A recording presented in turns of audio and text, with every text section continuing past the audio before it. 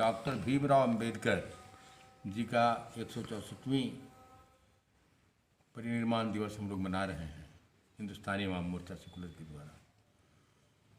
और हम इस अवसर पर कहना चाहेंगे जो हमारी पार्टी है वो बाबा साहब के द्वारे मार्ग पर चल रहा है और उन्होंने कहा था कि गरीबों का उत्थान होना चाहिए। और हमारे जो राष्ट्रीय अध्यक्ष हैं माननीय श्री जीतन राम मांझी ने भी कहा कि दुनिया के गरीबों एक हो और नेक हो। ये बात बहुत मिलता जुलता है और हमारा जो संविधान है भारत का उसमें भी इसी बात पर जोर दिया गया है कि मानव मानव एक है, इसमें कोई अलग नहीं होना चाहिए।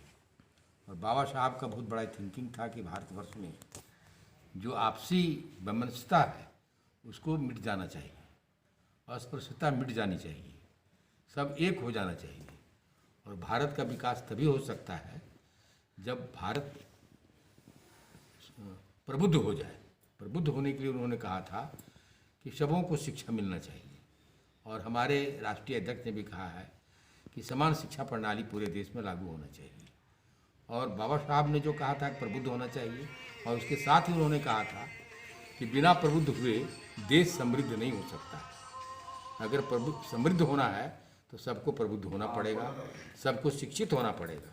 इसलिए बाबा साहब ने मंत्र दिया था शिक्षित बनो, संगठित हो, संघर्ष करो। ये उनका महामंत्र है और उसी को लेकर के आज पूरे विश्व में जो है उनकी चर्चा हो रही है।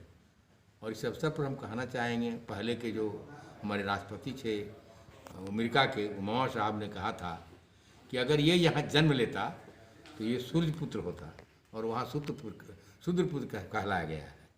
और विश्व में उन्होंने ये कहा कि विश्व में इतना बड़ा विद्वान, इतने विषयों का जानकार, इतनी डिग्री आज तक किसी ने नहीं लिया है और इतना गरीब भी कोई नहीं पैदा लिया था।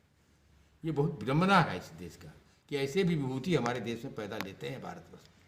और भारत की भूमि बहुत उर्वरा है और बाबा साहब ने इसको सिद्ध कर दिया। और आज इस अवसर पर हम बाबा साहब को नमन करते हैं और उनके प्रति श्रद्धांजलि अर्पित करते हैं। कांग्रेस